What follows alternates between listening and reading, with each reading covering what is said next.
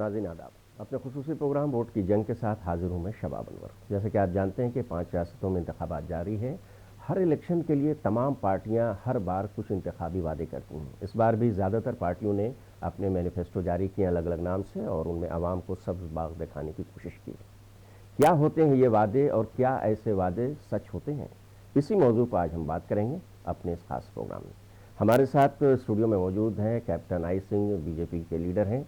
चंद्रमोहन शर्मा, कांग्रेस के लीडर, हमारे साथ ऑनलाइन स्काइप पे जुड़ेंगे। और हमारे तीसरे मेहमान जो कि स्टूडियो में मौजूद हैं, गौरव यादव जी, समाजवादी पार्टी के लीडर। इन तीनों का खैर मकदम करते हुए आइए इस खास प्रोग्राम की शुरुआत करते हैं।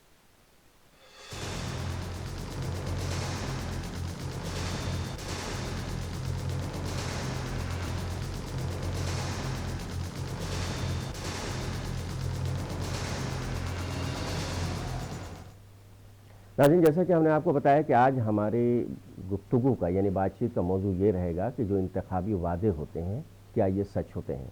शुरू में तो जो आवाम थे, वोटर्स थे, वो ये समझते थे कि ऐसा लगता है कि सही में सच होते हैं। लेकिन जैसे जैसे कुछ पार्टियों ने अपने इंतखाबी वादे से इनहराफ किया यानी वादे करके मुकरते चले गए, तो उसके बाद धीरे धीरे आवाम को भी ये पता चलने लगा है कि ये जो इंतखाबी वादे होते हैं सिर्फ और सिर्फ एक जुमला होता है। इसमें बहुत हद तक चाहे कोई भी पार्टी हो, इन इंतखाबी वादों को पूरा नहीं किया जाता। ये बात अब आवाम के जहन में आ गई है। तो जाहिर सी बात है, इस मौजू को हम अपनी गुफ्तगू का, इसी इशू को गुफ्तगू का मौजू बना रहे हैं। जाहिर सी बात है, हर पार्टी की तरफ से अपनी अपनी ये राय होगी कि क्या उनकी तरफ से जो इंतखाबी वादे इलेक्शन के मौके पर किए जाते हैं वो पूरे होते हैं कि नहीं।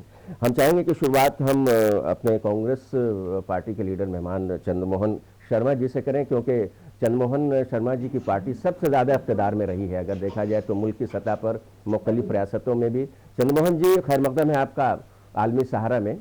नमस्कार। हमारा आज का इशू है, जैसे कि आपने बताया, मौजू है, सुना भी होगा आपने, कि क्या जो इंतखाबी वादे हैं, जो मैनिफेस्टो हैं, वो किसी भी पार्टी की तरह, हम किसी एक पार्टी के बारे में यहाँ पर बात नहीं करेंगे, क्या ये इंतखाबी वादे सचमुच पूरे किए जाते हैं। हम शुरुआत इस बहस की आपसे इसलिए कर रहे हैं क्योंकि आपकी पार्टी ने सबसे ज़्यादा इस मुल्क में हुकूमत की है, चाहे वो मरकज़ी हुकूमत हो या फिर स्टेट में। तो क्या ऐसा लगता है कि ये जो इंतखाबी वादे हैं वो सिर्फ इसलिए किए जाते हैं ताकि वोटरों को अपनी तरफ खींचा जाए? क्या ये मैनिफेस्टो पूरी तरह से पूरे होते हैं?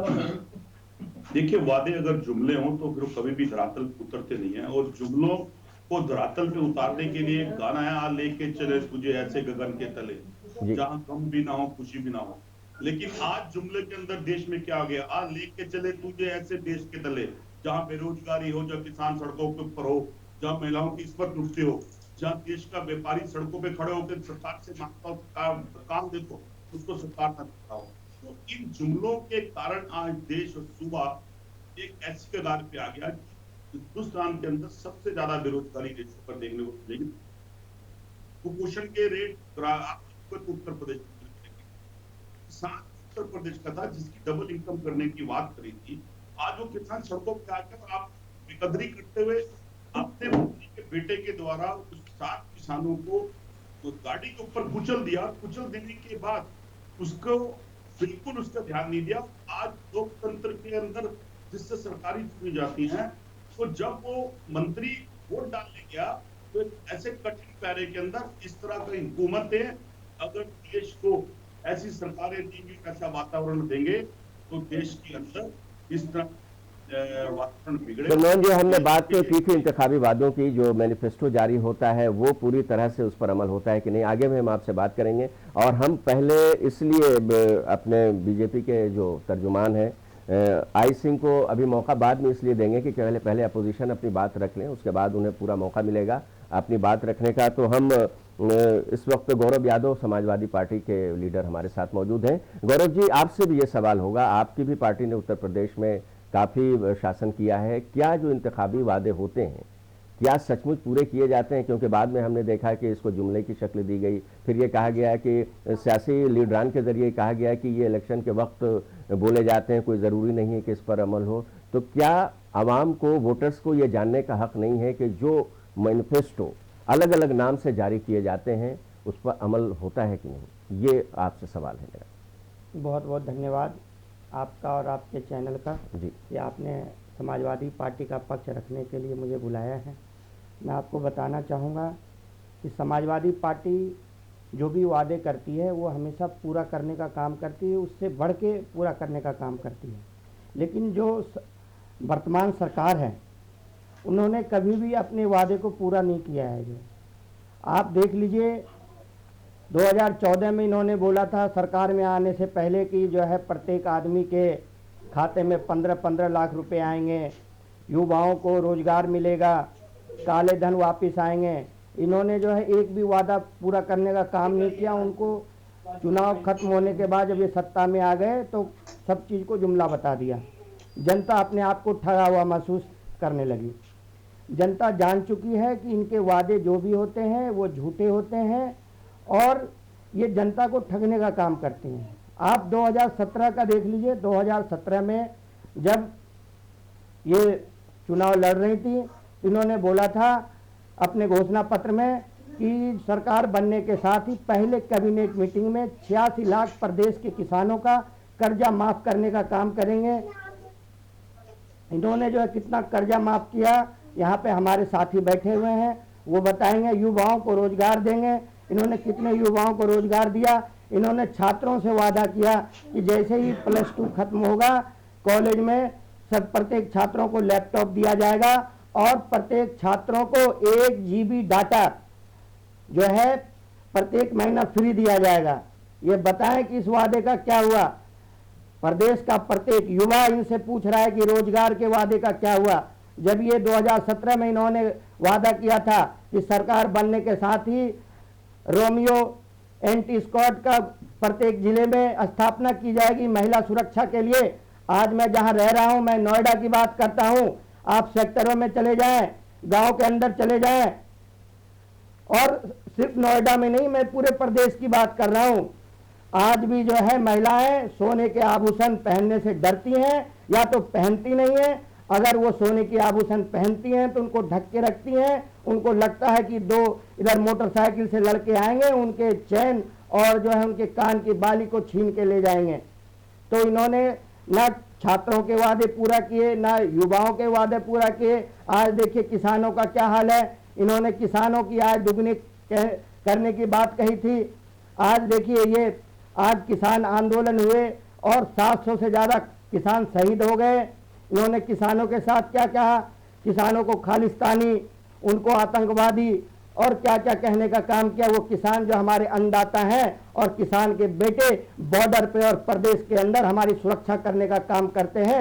इन्होंने प्रदेश के युवाओं से, छात्रों से, महिलाओं से, किसानों को छलने का काम किया है। बिल्कुल। तो जैसा कि हमने देखा कि पहले कांग्रेस के हमारे गेस्ट और उसके बाद समाजवादी पार्टी के लीडर ने बीजेपी पर इल्ज़ाम लगाया है कि बीजेपी एक ऐसी पार्टी है जो अपने इंतखाबी वादे पूरे नहीं करती। हमारे साथ बीजेपी के तर्जुमान कैप्टन आई सिंह मौजूद हैं। अभी कैप्टन साहब आपका खैर मकदम है आलमी सहारा में। अभी हमने देखा कि दोनों ही लीडरान ने यह कहा कि इंतखाबी वादे, अपनी पार्टी की बात उन्होंने नहीं की बल्कि बीजेपी की बात की, क्योंकि बीजेपी उत्तर प्रदेश सबसे बड़ी रियासत है जहां इलेक्शन हो रहा है। वहां के बारे में ये बताया कि जो बरसर इक़्तिदार पार्टी है उसने इंतखाबी वादे अपने पूरे नहीं किए। आपका क्या कहना है कि क्या ये सच है? मैं किसी एक पार्टी की बात नहीं कर रहा हूँ, आप अपनी पार्टी की तो सफाई देंगे ही, आपका काफ़ी लंबा तजुर्बा रहा है, क्या सचमुच इंतखाबी वादे पूरे नहीं किए जाते? मैं आपको बताना चाहूँगा जी कि ज़्यादा से ज़्यादा उत्तर प्रदेश में समाजवादी की और अन्य पार्टियां सत्ता में रही हैं। जी। हम काफ़ी समय से वहाँ नहीं आए। तो 4 बार समाजवादी का 4 बार वहाँ शासनकाल रहा है। 5 साल अखिलेश जी रहे, उससे पहले उनके पिताश्री माननीय मुलायम सिंह जी रहे। तो आप देखिए कि इनके कार्यकाल में वहाँ क्या होता था। ये हमारी बात कर रहे, हम अपना भी बताएंगे, पहले इनका बता दें। इनके कार्यकाल में सबसे ज़्यादा वहाँ भू माफिया उत्पन्न होता था, टेरिस माफिया उत्पन्न होता था, बालू माफिया होता था, शराब माफिया होता था। और जो है ना ये चेन स्केचिंग की बात कर रहे थे, वो तो इनके यहाँ आए दिन गली गली कूचे कूचे में होती थी। अगर 5 साल में ये चीजें अगर रोकी है तो भारतीय जनता पार्टी ने रोकी है, माननीय योगी जी ने इसके ऊपर कंट्रोल लगाया है। इनके टाइम तो ठेके, जितने थाने थे उत्तर प्रदेश में वो ठेके पे चलते थे और एक ही जाति विशेष का उसमें थाना इंचार्ज होता था। साथ में क्षेत्रीय जो नेता होता था वहां का थाने का, वो उसको कोऑर्डिनेट करता था। उसके कहने से एफआईआर दर्ज होती थी कि किसकी होना है किसकी नहीं होना है। तो ये इनके टाइम रहा। अब मैं आपको बताना चाहूंगा किसान वाली बात। किसान का दुख दर्द किसने देखा है? आज दिन तक किसी ने देखा? पहली बार माननीय प्रधानमंत्री मोदी जी के निर्देशन में, उनके कार्यकाल में किसानों को आर्थिक सहायता दी गई है। किसी सरकार ने नहीं सोचा है। 60 साल से ज्यादा कांग्रेस ने शासन किया है और क्षेत्रीय पार्टियां अपने अपने प्रांतों में करती रही, कभी नहीं सोचा। मुलायम सिंह जी की मैं बताना चाहूंगा, 3 बार आप मुख्यमंत्री रहे, अखिलेश जी रहे। मैं सैपई के नजदीक के सराउंडिंग के गांव गिनती कराना चाहूंगा कि 25 गांव ऐसे थे कि जो योगी जी के आने से पहले जिन गांव में लाइट के खंबे तक नहीं गड़े थे, आज उनमें खंबे हैं और 24 घंटा किसान को बिजली उपलब्ध है। इनके टाइम किसान ये सोचता था कि कब बिजली आए तो हम कब ट्यूबवेल चला के अपने खेतों में पानी दे सकें। आज हमारे टाइम में किसान ये बिल्कुल नहीं सोचता है, क्योंकि 24 घंटा बिजली उपलब्ध है। और ये कानून व्यवस्था की बात करते हैं। कानून व्यवस्था आज पूरा उत्तर प्रदेश इस बात को कह रहा है कि कानून व्यवस्था अगर किसी ने संभाली है तो माननीय योगी जी ने संभाली है। अखिलेश सरकार में तो बलात्कार, लूट, इससे बढ़कर और कुछ होता नहीं था। मैं आपको ये थोड़ा सा याद दिलाना चाहूंगा, आपने देखा होगा कि क्या ये मुजफ्फरनगर भूल गए जो सगी 2 बहनों के साथ बलात्कार हुआ था और उनकी डेड बॉडी पेड़ पर टंगी मिली थी। और ये आपने देखा होगा एक और घटना घटी थी, माँ बाप के साथ एक बेटी अपने गाड़ी में बैठ के जा रही थी, बीच रास्ते में उसकी गाड़ी रोक के और बेटी को माँ बाप के सामने उतारा गया और उसका रेप किया गया। और अखिलेश सरकार कान में तेल डाल के बैठी रही, बिल्कुल जूं तक नहीं रहेंगी, क्योंकि इनकी पुलिस जो है ना इस तरह के काम करना ही नहीं चाह रही थी। तब जब अंतरराष्ट्रीय मीडिया और हमारे भारत की मीडिया सब जब जगी, इन्होंने हो हंगामा किया, तब जाके उनकी सुनवाई हुई, एफआईआर दर्ज हुई। ये इनके कार्यकाल में होता था, क्योंकि उस टाइम अखिलेश से ज्यादा इनका सीएम अगर कोई था तो आजम खान था, जिसका काम ही टोटली ही जो है ना एक गौरव यादव जी, बहुत बड़ा इल्जाम आपके ऊपर लग रहा है, किस तरह की सफाई पेश करें? नहीं, देखिए हमारे राष्ट्रीय अध्यक्ष जी ने कहा है और ये बात सही भी है, पूरा देश इस चीज को जानता है। इनका जो छोटा नेता है वो छोटा झूठ बोलता है, जो बड़ा नेता है वो बड़ा झूठ बोलता है, और जो सबसे बड़ा नेता है वो सबसे बड़ा झूठ बोलता है। इनका जवाब बिल्कुल काल्पनिक है, झूठ है, गलत है, मैं सिरे से खारिज करता हूं। ये जो है आप 2020 की एनसीआरबी रिपोर्ट निकाल के देख लीजिए अपने मोबाइल में, अभी देखिए उत्तर प्रदेश हत्या में, महिला अपराध में, साइबर क्राइम में पहले स्थान पे है। और ये कानून व्यवस्था की बात कर रहे हैं, हाथरस की घटना को भूल गए, लखीमपुर खीरी की घटना को भूल गए। एक जो है मंत्री के बेटे ने 7 किसानों को अपने गाड़ी से रौंदने का काम किया। और मैं बताना चाहूंगा, एक युवती अभी मथुरा हाईवे पे दरोगा की भर्ती की परीक्षा दे के आ रही थी और उसके साथ सामूहिक दुष्कर्म किया गया और उसको फेंक दिया गया। आप कानून व्यवस्था की बात करते हैं, आप किसान के बारे में बोलने लायक ही नहीं है। आपके वजह से, आपकी पार्टी की नीतियों के वजह से 700 से ज्यादा किसान शहीद हो गए। उनके घरों में जाके देखिए, उनके परिजनों से मिलिए, आप उनका क्या हाल है। आप किसानों की बात करते हैं, एक तरफ आप किसान को आंदोलनजीवी कहते हैं, खालिस्तानी कहते हैं, आतंकवादी कहते हैं। किसानों की आज दुगने की बात करने की बात कही थी आपने। 2017 में यह वादा किया था कि प्याज पे, लहसुन पे, आलू पे एमएसपी लागू होगी। क्या हुआ उसका? आप किसानों को बताने का काम करें। आप जो भी बात बोल रहे हैं, जो भी आप 2017 में जो आपने वादा किया था और 2019 में जो आपके देश की सरकार ने जो वादा किया, किसी भी वादा को आप पूरा करने का डॉक्टर साहब, आपको अपनी सफाई का पूरा मौका मिलेगा। एक बड़ा इल्जाम लगा है, 2017 का वादा नहीं पूरा किया है। यही बहस का मौजूद है आज गुफ्तगू का कि क्या इंतखाबी वादे पूरे होते हैं। हम फिर से चंद्रमोहन शर्मा जी के पास जाना चाहेंगे। चंद्रमोहन जी, आपने कैप्टन साहब को अभी सुना था कि उन्होंने कहा है कि सबसे ज्यादा अगर देखा जाए तो कांग्रेस पार्टी ने इस मुल्क में हुकूमत की है, चाहे सेंट्रल लेवल पर या रियासतों में, तो सबसे ज्यादा इंतखाबी जो वादे पूरे नहीं करने वाली पार्टी है वो कांग्रेस पार्टी है। इनका ये कहना है। मैं सिलसिलेवार इनकी बात का जवाब देता हूँ। देखिए, 70 वर्षों से पहले की सरकारों के द्वारा किए कामों को आज मोदी सरकार को 8 साल लग गए बेचने के अंदर। जो इमारतें और इबादतें सरकारों के द्वारा बनाई गई आज उन इमारतों इबादतों को उनको बेचने के अंदर 8 साल लगे। वादे क्या किए थे आपने देश के साथ? आपने 70 साल पहले ये वादे करे थे कि हम काला धन लेके आएंगे। आपने बेरोजगारी दूर करने की बात करी थी, आपने किसानों की इनकम डबल करने की बात करी थी, और उत्तर प्रदेश जैसे बड़ा सूबा जिसके अंदर गरीबी भुखमरी का एक रेशो बिहार और कंबाइन आता है, वहां आपने दलितों के साथ कितने अत्याचार करे। आप मुजफ्फरपुर का जिक्र करते हैं, आप खुरमा, हाथरस, सोनभद्र भूल जाते हैं कि आपके द्वारा केवल निर्मम हत्या एक मेरे देश की बेटी को बिना संस्कार किए हुए गया, क्या वो एक कानून के दायरे के अंदर था? आज आपके रहते हुए आज देश के अंदर राम रहीम को बलात्कारी को जमानत मिल जाती है। शायद आप भूल गए, अभी थोड़े दिन पहले जो है ना अलवर में एक मुखदर्शक लड़की के साथ बलात्कार हुआ था। प्रियंका गांधी ने मुंह बंद करके बैठ गई, अभी तक उसमें मुंह नहीं खोला है। 2 दिन पहले कर्नाटक में एक हत्या हुई है, प्रियंका गांधी का कोई ट्वीट नहीं आया है। अगर हाथरस में होगा तो तांडव जरूर करेंगी प्रियंका गांधी। तो आपकी ये राजनीति देश बहुत अच्छी तरह जान चुका है, इसलिए कांग्रेस आज खत्म हो चुकी है। आज कांग्रेस है कहाँ? प्रियंका गांधी कह रही उत्तर प्रदेश में कि लड़की है हम लड़ सकते हैं। अरे कहाँ है लड़की? जिसको आपने पोस्टर बॉय बनाया था वही तुम्हें 2 दिन बाद छोड़ के चली गई, टिकट के एवज में उससे पैसा मांगना शुरू कर दिए। तो ये तो आप लोगों की राजनीति है।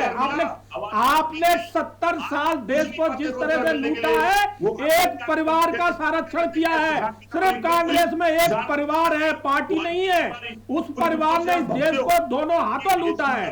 आज इसीलिए आपकी स्थिति ये हो चुकी है कि आप खत्म हो चुके हो, ना कहीं केंद्र में हो और ना प्रांतों में हो, और आगे आओगे भी नहीं, क्योंकि आपकी नीति दुनिया पहचान चुकी है कि आप राजनीतिक नहीं है, आप एक परिवार को चलाने वाले लोग हैं।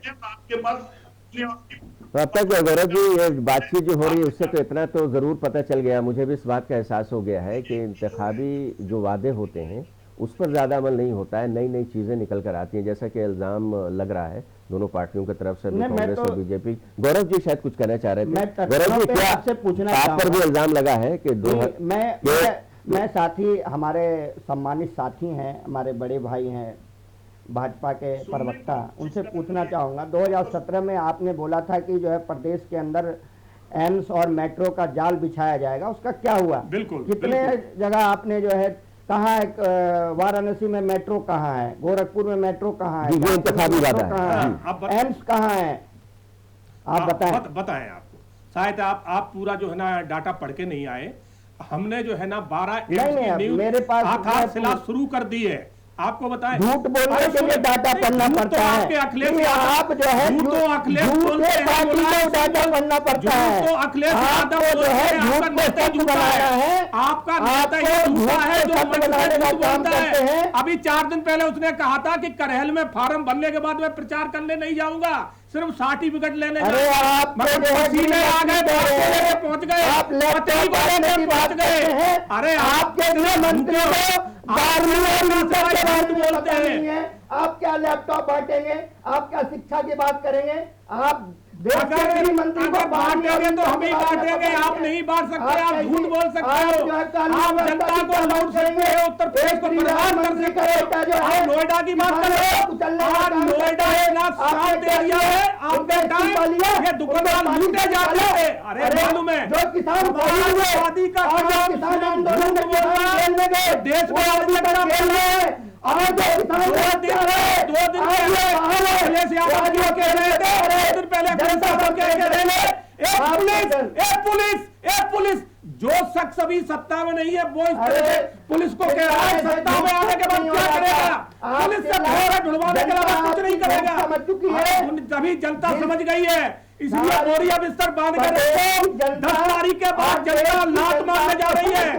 ऐसे झूठों को जनता धक्का मार के भगाने जा रही है। 10 तारीख के बाद गोरखपुर धाम बुलडोजर बाबा के तो बुलडोजर तैयार खड़े हैं, 10 तारीख के बाद चलेंगे।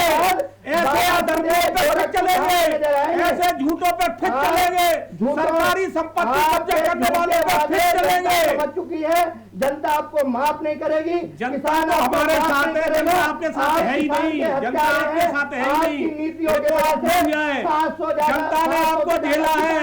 आपके नेता ने कहते थे बलात्कार को है, कि लड़के बच्चे लड़के हैं, गलती हो जाती है, बलात्कार पे आपके नेता ने कहा था, आप बताएं, लड़के हैं, गलती हो जाती है, ये तुम्हारे वक्तव्य है बलात्कार पे। आप प्रदेश की जनता को बताएं, प्रदेश के छात्रों को बताएं, आपने कितने युवा गौरव जी थोड़ी देर के लिए इस बहस को हम गौरव जी थोड़ी देर के लिए इस बहस को उत्तर प्रदेश से निकाल करके हम पंजाब में ले जाते हैं, जहां इलेक्शन हो चुका है। चूंकि चंद्रमोहन शर्मा जी कांग्रेस के लीडर हमारे साथ हैं, वहां भी इल्जाम ये लग रहा है चंद्रमोहन जी कि एक तो ये है कि लीडरशिप को लेकर के बहुत ज्यादा प्रॉब्लम है पंजाब में। अब 10 मार्च को पता चलेगा क्या हुआ है वहाँ।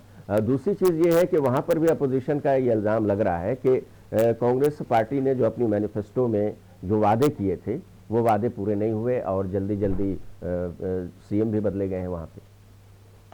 देखिए, ओपोजिशन का किसी भी सरकार के ऊपर किसी तरह का ब्लेम लगाना लोकतंत्र की खूबी है, क्योंकि जब जब ओपोजिशन कोई ब्लेम लगाएगा तब तब लोकतंत्र की बुनियाद मजबूत। बिल्कुल सही, ये परिभाषित हम करते हैं, भाजपा के लोग इसको गलत बोलते हैं।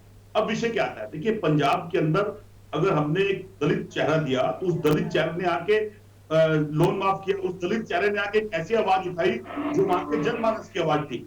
अगर काम नहीं हुए तो उस कैप्टन की तारीफ किसने करी? नरेंद्र मोदी जी ने।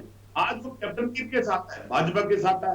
तो अगर उनके कार्यशैली के अंदर कोई पेशेंट चिन्ह था तो पंजाब की जनता ने उसको नकारा। अरे शर्मा जी, जो आदमी आपके साथ 50 साल रहा हो और आज वो आपके लिए गलत हो गया तो नीति गलत ठीक करिए। इंसान गलत नहीं है शर्मा जी, पहले अपनी नीति ठीक करिए।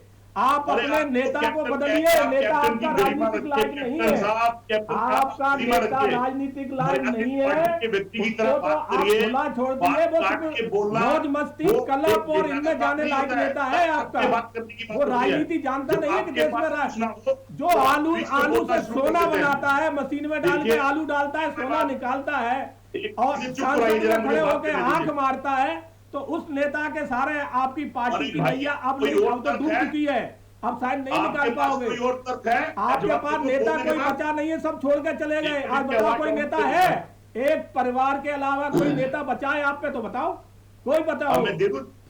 आज कांग्रेस खत्म हो चुकी है, एक आध प्रांत में है, अगले चुनाव के बाद वो भी चली जाएगी, वो भी नहीं बचेगी। आप मान के चले इस बात को।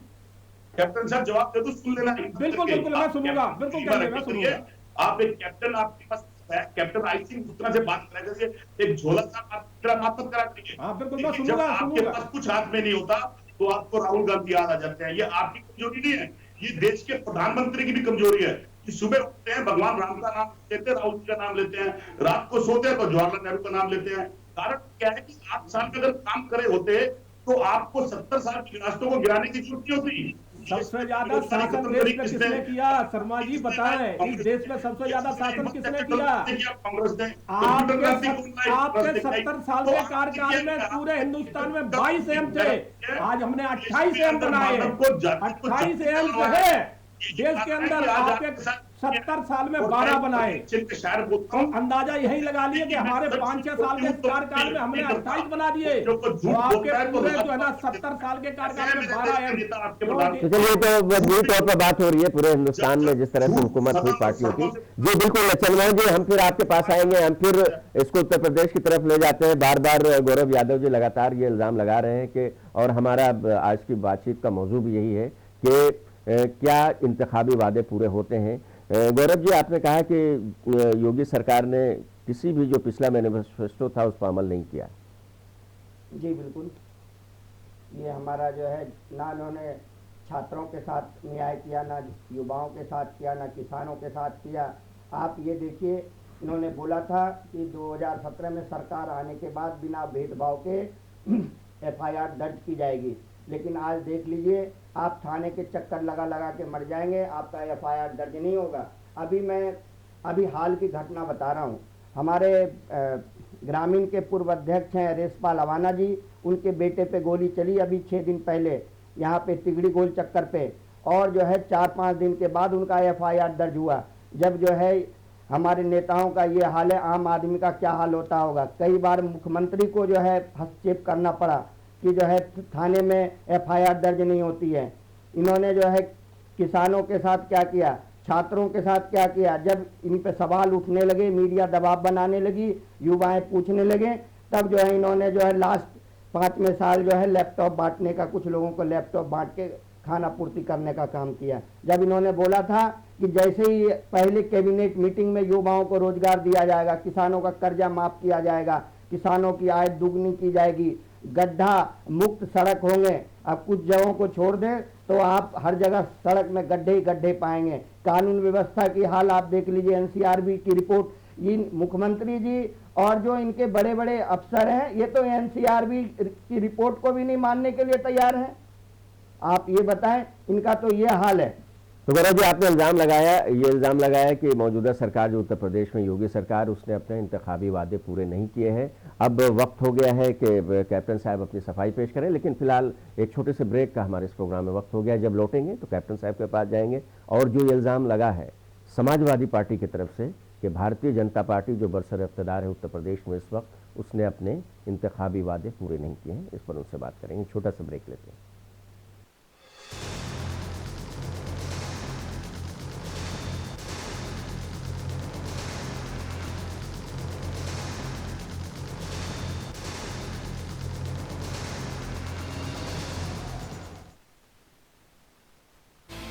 दुनिया भर के हालात,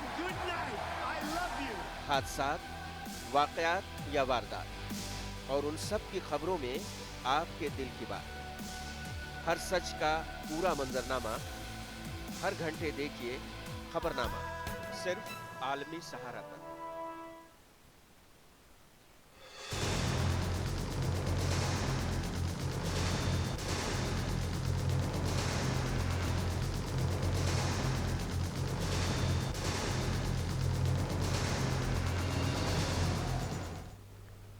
ब्रेक के बाद वोट के जंग में एक बार फिर आपका खैर मकदम है। इलेक्शन जो होता है वो एक जमहूरी त्यौहार होता है और सरकारें भी जमहूरी तरीके से, जमहूरियत का त्यौहार होता है और सरकारें भी जमहूरी तरीके से चुनी जाती हैं।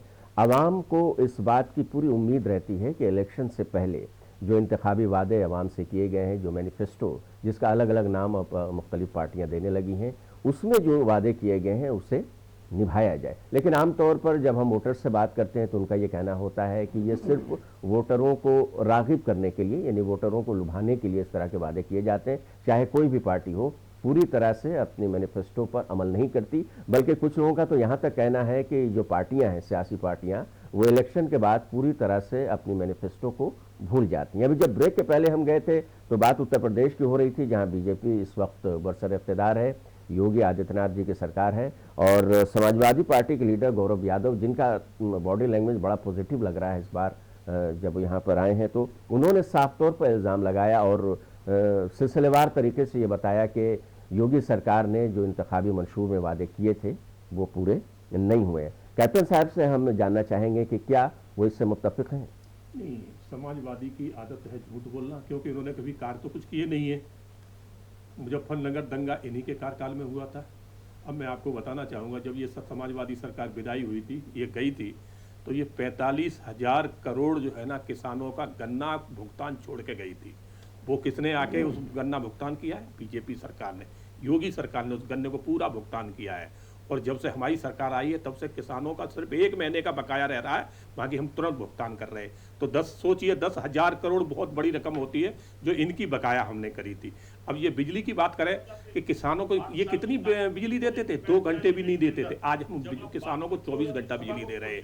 आपने देखा होगा कि जब हम आए तो एक हाईवे उत्तर प्रदेश में नजर आता था, आज 6 हाईवे हैं, बहुत बड़े बड़े हाईवे जो हमने बनाए हैं। इनके टाइम एक ही एयरपोर्ट था लखनऊ वाला, आज हमने 5 अंतरराष्ट्रीय एयरपोर्ट दिए हैं उत्तर प्रदेश को। इनके टाइम जो है ना 3-4 जो है ना सिर्फ जो है ना मेडिकल कॉलेज हुआ करते थे, आज हमने 29 मेडिकल कॉलेज उत्तर प्रदेश में दिए हैं। 12 करोड़ लोगों को हमने गैस सिलेंडर उपलब्ध कराया है। 8.5 लाख लोग युवाओं को हमने रोजगार उपलब्ध कराया है। मुख्यमंत्री जी तो 4.5 बताते हैं, आप 8 बताने लगे। अरे आप तो छोटा झूठ बोलना चाहिए,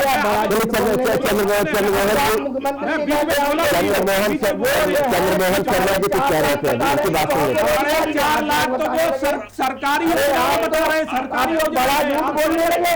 अरे आप छोटा भी झूठ बोलो, आपका बड़ा नेता बड़ा झूठ बोल रहा है, आप छोटा झूठ बोलो, आप तो सीधा 8 लाख पे पहुंच गए। अरे इतना झूठ मत बोलो। झूठ बोलना काम समाज, अरे झूठ बोलना काम आपका है, पूरा प्रदेश और देश। चंद्रमोहन जी को भी स्क्रीन पर ले लेते हैं। चंद्रमोहन जी को, चंद्रमोहन जी कुछ कह रहे हैं जी। देखिए, इनसे पूछे कि इनके सरकारी आंकड़े पर जो सरकारी आंकड़ा उत्तर प्रदेश का कहता है, उसके अंदर उसी डाटे में जवाब दे दिया। आज 2017 के बाद 5 साल सुबह आपकी तरफ महंगाई बिल्कुल बिल्कुल शर्मा जी, डाटा बिल्कुल हमने ऑनलाइन डाल रखा है, चाहे तो देख सकते हैं। और आप पढ़े लिखे हैं, मैं जानता हूँ आप अनपढ़ नहीं है, बहुत पढ़े लिखे हैं, बहुत बुद्धिजीवी है, आप चाहे डाटा देख सकते हैं। आपकी पीड़ा ये नहीं है कि उत्तर प्रदेश में कितने विकास हुए, आपकी पीड़ा ये विकास हुए क्यों है, आपकी ये पीड़ा है दोनों ही पार्टियों की, चाहे आप हो कांग्रेस हो या समाजवादी हो, क्योंकि आप लोगों अगर आप विकास करते हैं, विकास के मुद्दे पर इलेक्शन लड़ते, आप हिंदू मुस्लिम हिंदू मुस्लिम कर रहा है, आप जो है हिंदू मुस्लिम, आप जो है लोगों को आतंकवादी बाप समाजवादी, आतंकवादी बाप समाजवादी, ये तो आपके कार्यकाल है। आप झूठ बोल रहे हैं। बेटा पकड़ा जाता है, बेटा बाप अगले 80 यादव के संगे बोलता है। अरे महंगाई हमने कंट्रोल करी है। कोई लोग हो वैक्सीन आई थी तो उस पर भी सवाल उठाया था, कहा बीजेपी की वैक्सीन है, और आज पूरा समाजवादी उसी वैक्सीन को लगा के घूम रहा है। तो आप झूठ बोलना जानते हो, इसके अलावा कुछ नहीं जानते हो। उसे शोभा नहीं देती है। अरे आपने प्रदेश का सत्यानाश कर दिया। डॉक्टर साहब, एक बात तो जरूर यहाँ पर कहना चाहूंगा कि पहले हम लोगों ने इस तरह की बातें सुनी नहीं थी इलेक्शन के दौरान, इस तरह से आतंकवाद और इस तरह की चीजें जो कोई भी पार्टी अगर निकाल रही हो, बात सिर्फ मुद्दे की होती थी। और जो इशू हमने आज बनाया है अपनी बातचीत का कि इंतखाबी वादा, तो ये बहुत इंपॉर्टेंट है कि अगर कोई पार्टी जिसकी सरकार पहले थी या अभी जो पार्टी है उसने अपना मैनिफेस्टो पर अमल किया है कि नहीं। हालांकि सभी पार्टियां अपनी अपनी तरफ से ये कह रही हैं कि हमने अपना इंतखाबी वादा पूरा किया है, लेकिन जब हम फिर वोटर से बात करते हैं तो उनका कहता है कि ये इंतखाबी वादे बाद में जुमले साबित होते हैं। क्या उत्तर प्रदेश में भी ये जो इल्ज़ाम कांग्रेस और समाजवादी पार्टी दोनों तरफ से लग रहा है कैप्टन साहब, क्या कहीं कोई कमी रह गई है इंतखाबी? हमारा मैनिफेस्टो उठा के दे सकते हैं पिछले वाला जी, कि जो हमने उसमें वादे किए थे वो तो हमने पूर्ण किए ही है। उसके अलावा देखिए कि कोरोना काल जब आया तो ये कोई हमारे मैनिफेस्टो में नहीं था, मगर 2 साल से 80% जनता को उत्तर प्रदेश में हम अच्छा, सुने बीच में ना बोले। अरे जवाब कैसे मिलेगा? आपको सोच शराबा करना है, झूठ बोल रहा है, सोच शराबा करना है, झूठ बोल रहा है, काम आप करते हैं। झूठ तो फिर सुनिए ना। अरे अम्मा है तो सुनिए, अरे सुनिए प्रदेश आपने 50 लाख लोगों को उत्तर प्रदेश में मकान दिया, आपने कितने दिया बताइए? हमने 50 लोगों को छत दिया, आपने कितने दी आपने? बताइए। झूठ बोलना बंद करो। उत्तर प्रदेश को बर्बाद करने वाले, हिंदू मुसलमान को काटने वाले, बांटने वाले आ जाएगा। कहाँ गोरखपुर में मेट्रो, कहाँ झांसी में मेट्रो, कहाँ वाराणसी में मेट्रो? प्रदेश को बताइए, प्रदेश की जनता को बताइए। आगरा में मेट्रो बन रही है, कानपुर में मेट्रो बन गई, गोरखपुर में शुरुआत होने वाली है। अरे आप सिर्फ झूठ बोलने का काम करते हैं। इन्होंने एक जुमला पकड़ रखा है, झूठ बोलना, क्योंकि इनका नेता झूठ बोलता है ना। अखिलेश जब भी दिखाई देंगे एक ही बात क्या कहते हैं, बोले बीजेपी के नेता झूठ बोल रहे हैं। अरे तुम तो बाप बेटा मिलकर झूठ बोल रहे हो, तुम तो बलात्कार पे झूठ बोलते हो, बलात्कार पे लड़के हैं, गलती हो जाती है। अरे तुम्हारे चेहरा दुनिया जानती है, सत्ता के लिए बर्बाद करना पड़ेगा।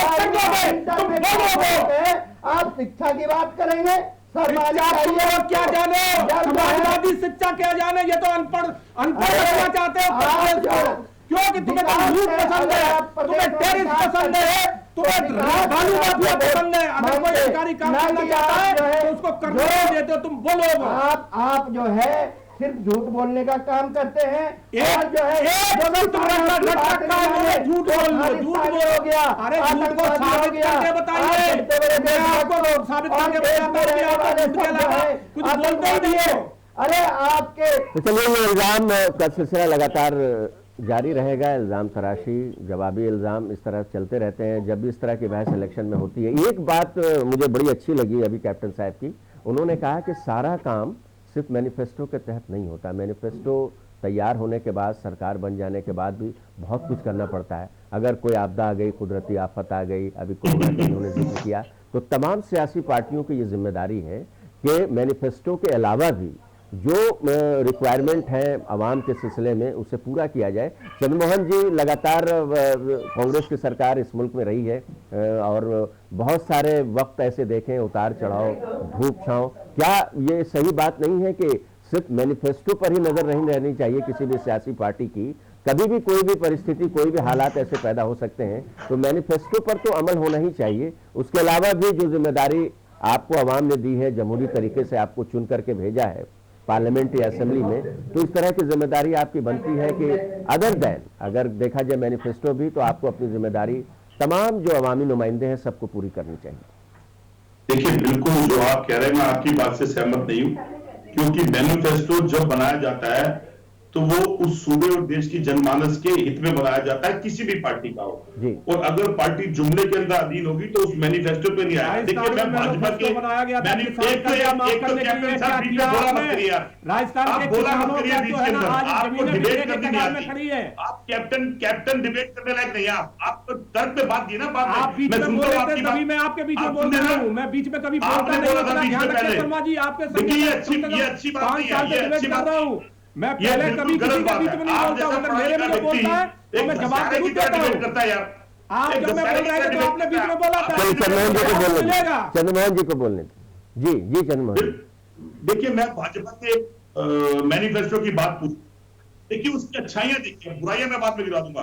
किसान को सिंचाई देने के लिए मुफ्त बिजली देंगे, 5,000 करोड़ की लागत से किसान सिंचाई योजना देंगे, 25,000 करोड़ की लागत से सरदार इंफ्रास्ट्रक्चर आएंगे, आलू टमाटर प्याज फसलों के उचित दाम देकर महंगाई खत्म करेंगे और बेरोजगार करेंगे 10 लाख से। गन्ना किसान को 14 दिन के अंदर भुगतान देंगे। अब इसमें से जो मैंने इनके मैनिफेस्टो में पढ़ा है, कैप्टन साहब कैप्टन लिखते हैं, पढ़े लिखे हैं, मुझे इसमें से एक वादा भी पूरा करके दिखा दीजिए। उत्तर प्रदेश में आप पूरा कराओ। बेरोजगारी आपके रहते बढ़ गई उत्तर प्रदेश के अंदर, गन्ना किसानों को आज तक भुगतान नहीं किया, साथ ही डबल इनकम पूरी नहीं हुई।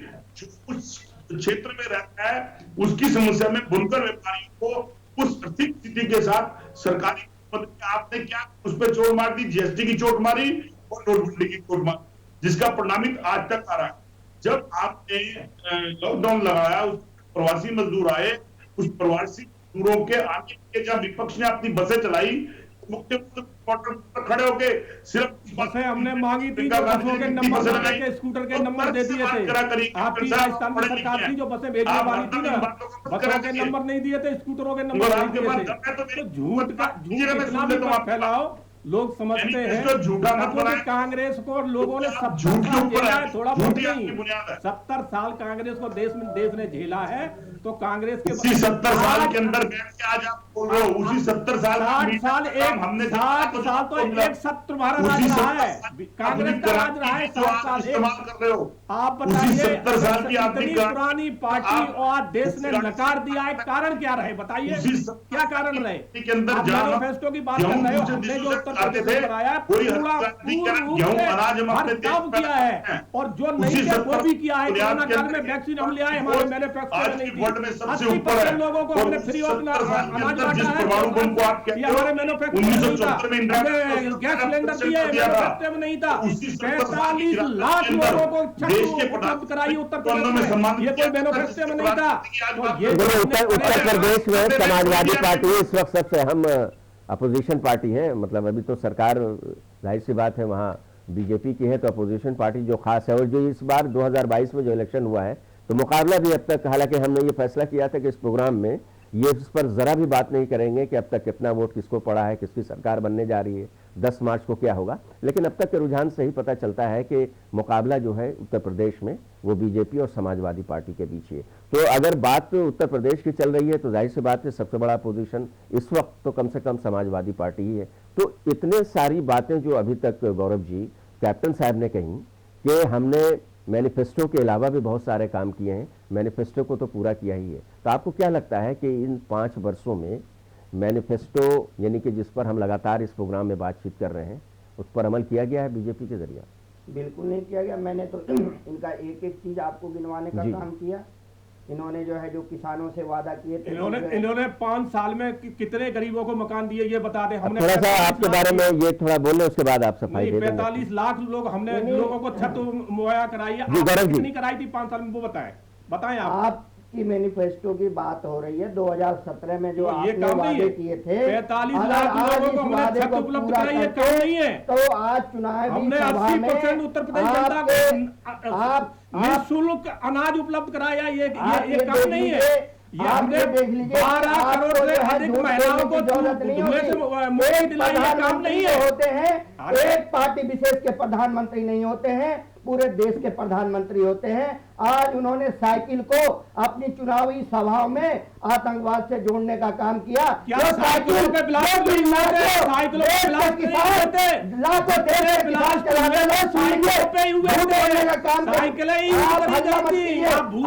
मेरी बात को हमारे जो है इसका कार्यकर्ता है, अगर पार्टी का है, अगर जो है आतंकवादी का आपने साइकिल को आतंकवाद से जोड़ने का काम किया, देश के प्रधानमंत्री को ये आप करिए कि हमारे देश के लाखों किसान क्या करना चाहते हैं, हमारे युवा साइकिल काम करते हैं, हमारे देश में छोटे छोटे जातियों में बांटते, हमारे बच्चे इसके अलावा कुछ के जवान होते हैं। आपने साइकिल को आतंकवाद से जोड़ने का काम किया। अगर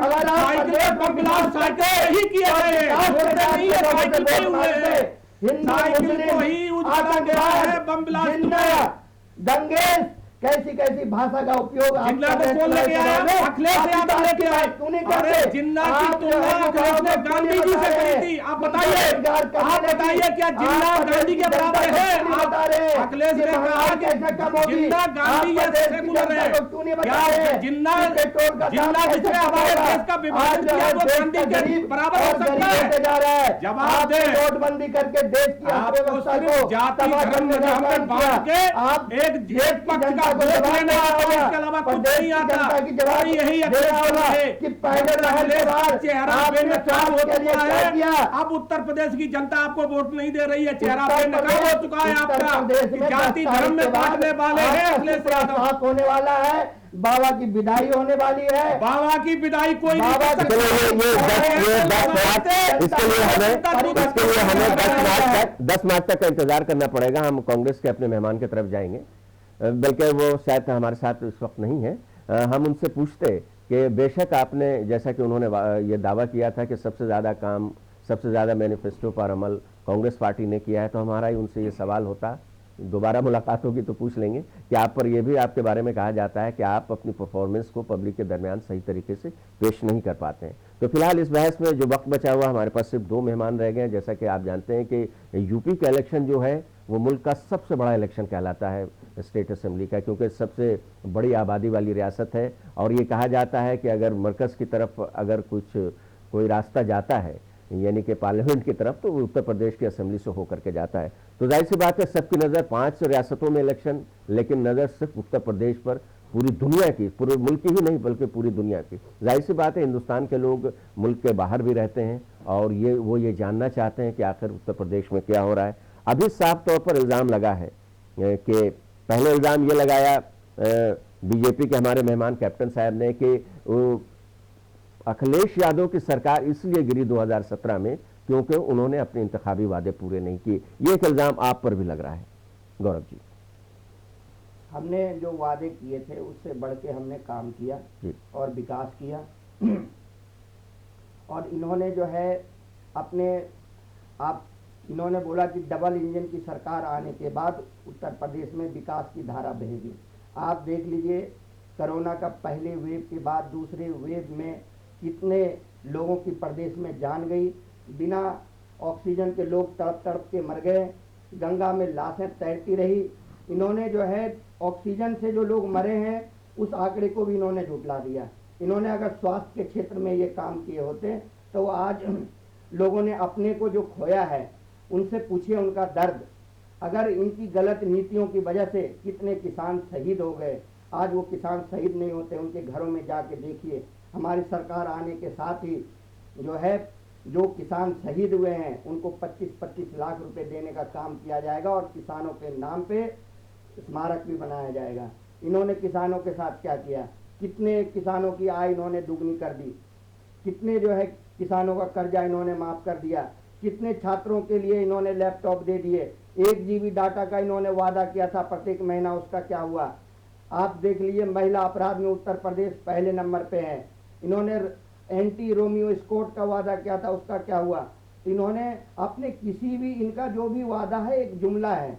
आप 2014 में देख लीजिए जब प्रधानमंत्री ने वादा किया कि 15-15 लाख रुपए आएंगे, गृह मंत्री ने उसको जुमला बता दिया, ये तो चुनावी जुमला था, ये खत्म हो गया। काला धन वापिस आएगा। आप ये देखिए आज महंगाई कहां से कहां पहुंच गई। इन्होंने एयरपोर्ट को, LIC को, BPL को, हर जगह जो है रेलवे को, इन्होंने देश की संपत्ति को बेचने का काम किया। जो संपत्ति बनाते हैं वो सपूत कहलाते हैं और जो संपत्ति बेचते हैं वो कपूत कहलाते हैं। आप ये देखिए, ये देश को इनको जवाब देना होगा कि इन्होंने जो है सरकारी संपत्ति को बेचने का काम क्यों किया। आज देखिए महंगाई कहां से कहां पहुंच गई, युवाओं का क्या हाल है, शिक्षा का क्या हाल है, स्वास्थ्य का क्या हाल है, ये सब इनको देश और प्रदेश को बताना होगा कि डबल इंजन की सरकार में उत्तर प्रदेश का क्या विकास हुआ। इसलिए अब जो वक्त हमारे पास बचा है, हम अपने दोनों मेहमानों से जानना चाहेंगे। दो अहम पार्टियां, जैसा कि आप जानते हैं कि उत्तर प्रदेश के सिलेक्शन में और उत्तर प्रदेश की पूरी सियासत में अगर देखा जाए पिछले कुछ वर्षों से, तो वो समाजवादी पार्टी और उसके बाद BJP बरसर इक़्तिदार है। तो हम सबसे पहले कैप्टन साहब से जानना चाहेंगे कि इस बार जो 2022 का इलेक्शन BJP में हो रहा है, किन इश्यूज़ पर हो रहा है और आवाम के दरमियान कौन कौन सा इशूज़ है। बिल्कुल, बहुत अच्छी बात है। हम जो है ना विकास को लेके जनता के बीच में गए, जो हमने 5 साल में विकास जो किए हैं उत्तर प्रदेश में, हम उन्हीं को गिनती करा रहे हैं, उन्हीं पे हम वोट मांग रहे हैं। और आगे की रणनीति हमने अपनी पूरी मैनिफेस्टो बनाया है, उसमें पूरी दे दी है, सब कुछ लिख दिया है कि आगे हम ये करने जा रहे हैं। तो उत्तर प्रदेश की जनता बिल्कुल हमारे साथ है और हमने जो वादे पिछले साल किए थे उससे भी बढ़ के किए हैं। अभी जैसे इन्होंने कहा कि कोरोना काल में मौत, बहुत अच्छी बात इन्होंने कही कि कोरोना काल में एक भारत ऐसा देश था कि हमसे बड़े बड़े देश इंग्लैंड हो, हाँ, तो पूरे मुल्क की बात है, पूरे मुल्क के लोगों को इस पर फक्र है। मगर सबसे पहले कंट्रोल किसने किया था? भारतीय हिंदुस्तान ने किया था। हमने 9 महीना के अथक प्रयास के बाद और हमारे वैज्ञानिकों के बहुत ही सफल कारगर के बाद हम 9 महीना में वैक्सीन बना के ले आए। मगर उस वैक्सीन को जो है ना उसके ऊपर उंगली उठाने वाला कौन था? अखिलेश यादव, जिसने कहा था कि ये BJP की वैक्सीन है, हम तो इसको नहीं लगवाएंगे। तो इन्होंने वो वैक्सीन आज खुद तो लगा के घूम रहे, मगर एक समुदाय विशेष को उस वैक्सीन से वंचित रखा, उनकी मौतें हुई। तो इसका जिम्मेवार कौन है? अखिलेश यादव, क्योंकि इनका काम ही है मौतों पे राजनीति करना। जैसे मुलायम सिंह ने राम मंदिर पे जो है ना सरजू नदी को लाल कर दिया था, हजारों कार्यकर्ताओं पे, कार सेवकों पे गोलियां चलवाई थी। तो ये मुलायम सिंह ने जो किया था वही अखिलेश करने को तैयार बैठे रहते हैं, सिर्फ मौका मिलना चाहिए। और ये बात करते हैं उत्तर प्रदेश की विकास की, अरे एक बालू माफिया पे एक IAS अफसर थी महिला, उसने उंगली उठाई थी, उसको दूसरे दिन सस्पेंड कर दिया था। तो इनके टाइम अरे अतीक अहमद कौन था आपके काल में? कौन था बताइए आप? जितने पब्लिक का इशू है इस बार के इलेक्शन में। बिल्कुल पब्लिक आज इनसे तरसती। आज चलिए अब हम गौरव जी से पूछ रहे हैं कि समाजवादी पार्टी क्या सोचती है कि इस इलेक्शन में पब्लिक किस इशू के साथ गई है वोट के लिए। समाजवादी पार्टी इस बार जो है जनता ने परिवर्तन का मन बना लिया है। जनता इनके झूठ से, इनके झूठे वादों से परेशान हो चुकी है और इस बार जनता का पूरा विश्वास और समर्थन। मैं बीच में टोकूंगा नहीं, सिर्फ एक शब्द कहना चाह रहा हूं, मैं टोकूंगा नहीं जी, थोड़ा उसके लिए क्षमा चाहूंगा। मैं गौरव जी से ये कहना चाहूंगा, जैसे बार बार कह रहे हैं कि इनके झूठ से हमारा एक झूठ साबित करके बताइए आप। चलिए इसमें बोलिए साबित करके बताइए।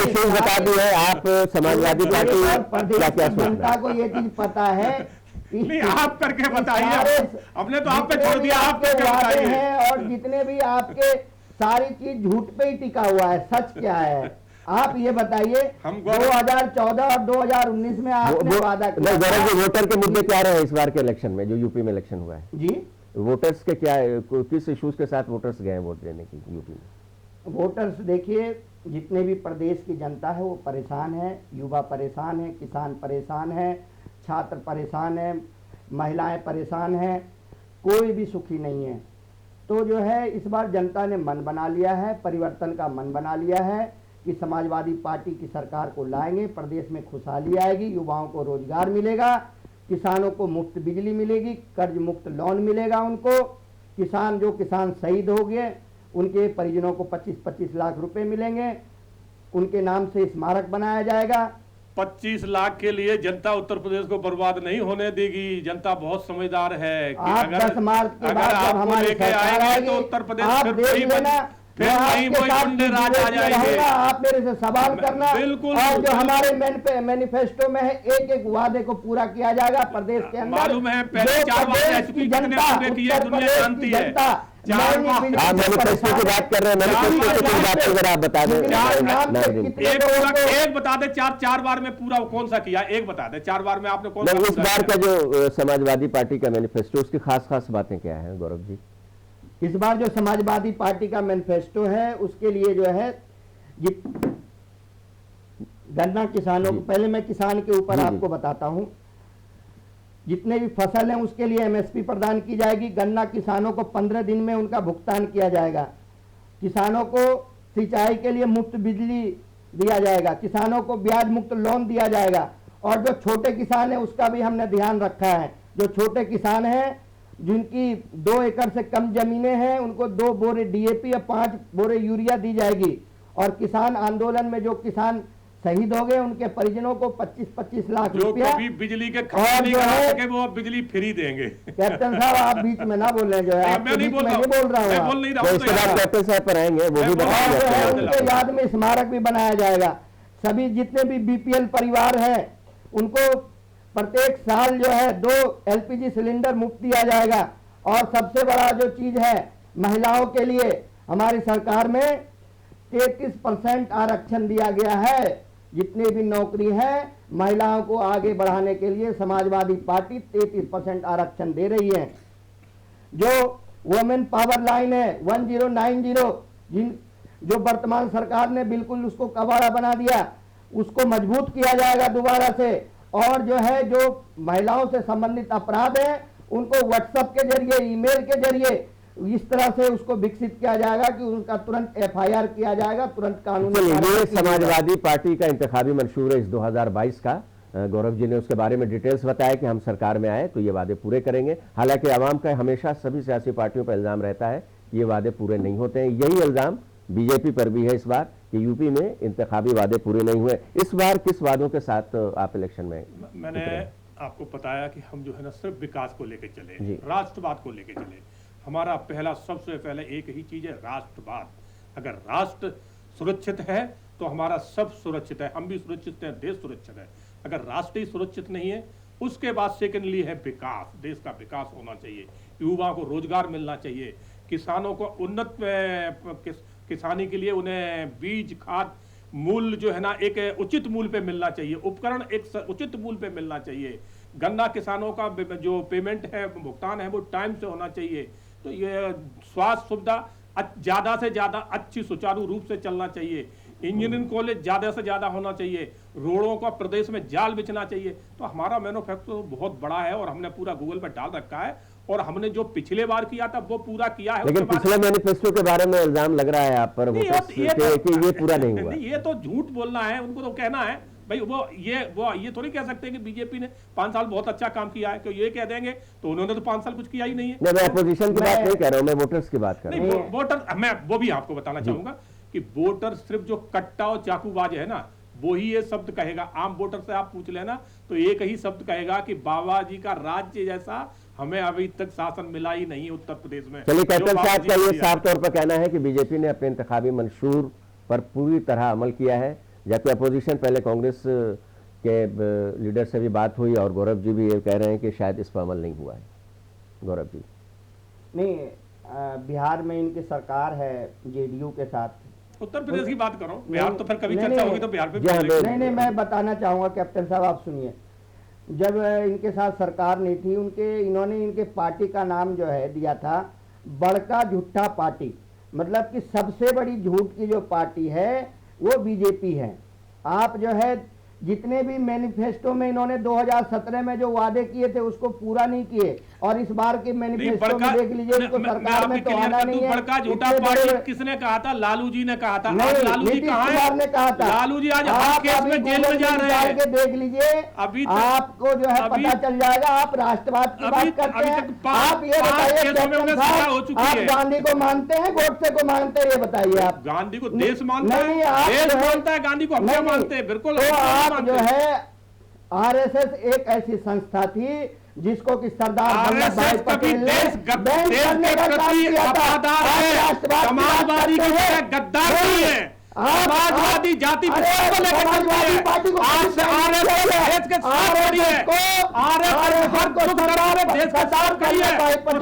किसके साथ बैन करने का काम किया था? नगर में आप मानने वाले, आप समाजवादी की पहचान है दंगाई पार्टी, दंगाई पार्टी है समाजवादी। आरएसएस के आप एक रूबरू भर नहीं हो सकते हो।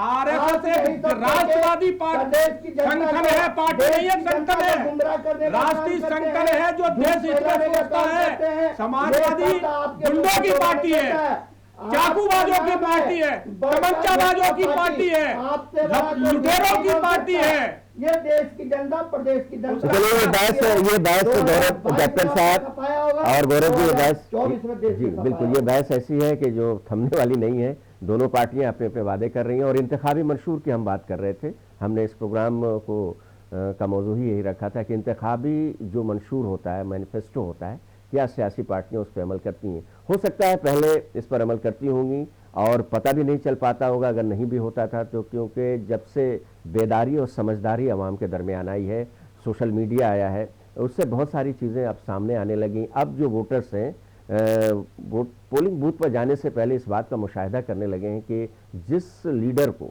यानी किसी पार्टी की बात मैं नहीं कर रहा हूँ, जिस अवामी नुमाइंदों को हम वोट देने जा रहे हैं उसने और उसकी पार्टी ने क्या अपने इंतखाबी वादे पिछले जो थे वो पूरे किए हैं, हमारे लिए वो कारगर मुअस्सर है कि नहीं। ये आम बात है और आम तौर पर ये इल्ज़ाम लगाया जाता है कि मैनिफेस्टो बनाने के बाद सभी सियासी पार्टियां इलेक्शन जीतने के बाद खास तौर से उस पर नजरसानी नहीं करती, उलट कर देखती भी नहीं है, और जो वादे किए गए थे वो वादे धरे के धरे रह जाते हैं। ये अलग बात है कि मैनिफेस्टो के अलावा भी कुछ काम आपको करने पड़ते हैं। अगर कोई कुदरती आफत आ गई, कोई वबा आ गई, तो ये काम जो सरकार है और अपोजिशन दोनों की ये जिम्मेदारी है कि अपनी अपनी सतह से इस पर काम करें। आज की बातचीत में हमने मैनिफेस्टो को ही अपना इशू बनाया था और इसमें जो खास 3 जो अहम पार्टियां थीं, कांग्रेस, बीजेपी और फिर समाजवादी पार्टी, और ख़ासतौर से उत्तर प्रदेश के तनाजुर में हम बात करें तो समाजवादी पार्टी, बीजेपी 2 अहम पार्टियां, इन्हीं दोनों के दरमियान इस इलेक्शन में मुकाबला भी है। इन दोनों का साफ तौर पर एक दूसरे पर यह इल्ज़ाम है, खासतौर से बरसर इक़्तिदार पार्टी यानी बीजेपी पर, योगी आदित्यनाथ सरकार पर यह इल्ज़ाम साफ तौर से समाजवादी पार्टी के गौरव यादव ने लगाया है कि इस सरकार ने इंतखाबी वादे पूरे नहीं किए हैं। जबकि कैप्टन साहब का यह कहना था कि 2017 में अखिलेश यादव की सरकार सिर्फ इसलिए गिरी क्योंकि उन्होंने अपने इंतखाबी वादे पूरे नहीं किए, मैनिफेस्टो पर अमल नहीं किया। प्रोग्राम को ख़त्म करने का वक्त हो गया है। बहुत शुक्रिया अदा करना चाहेंगे आपका कैप्टन आई सिंह साहब और गौरव यादव साहब, और इससे पहले हमारे साथ कांग्रेस के लीडर मोहन शर्मा जी जुड़े थे, हम उनका भी शुक्रिया अदा करेंगे। तो नाज़रीन, इसी के साथ वोट की जंग खास पेशकश को फरकत है सारा।